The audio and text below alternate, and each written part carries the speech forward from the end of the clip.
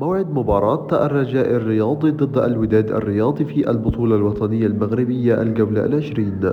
سنتعرف اليوم على الموعد والقنوات الناقلة وتوقعنا لهذه المباراة. بس انزل اضغط لنا لايك في قناة كرة جول واشترك في القناة ليصلك كل ما هو جديد أول بأول بإذن الله. يستضيف الملعب المركب الرياضي محمد الخامس مباراة قوية تجمع ما بين الرجاء الرياضي ضد الوداد الرياضي في البطولة الوطنية المغربية الجولة العشرين.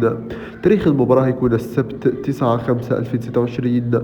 وقت المباراة هيكون بإذن الله 10 مساء بتوقيت مصر، السعودية، العراق، 9 مساء بتوقيت السودان، 8 مساء بتوقيت تونس والمغرب والجزائر.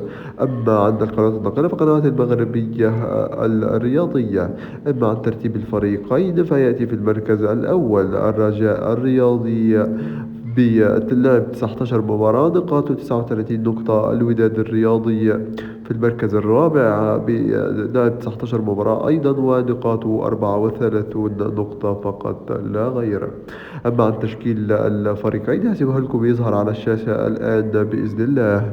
أما عن توقعي لهذه المباراة نتوقع فوز أو تعادل الرجاء الرياضي في هذه المباراة. الرجاء الرياضي مقدم موسم كويس بالمقارنة قصاد الوداد الرياضي مقدم موسم متواضع، فأنا أتوقع فوز الرجاء الرياضي. أنتظر أيضا توقعكم لهذه المباراة.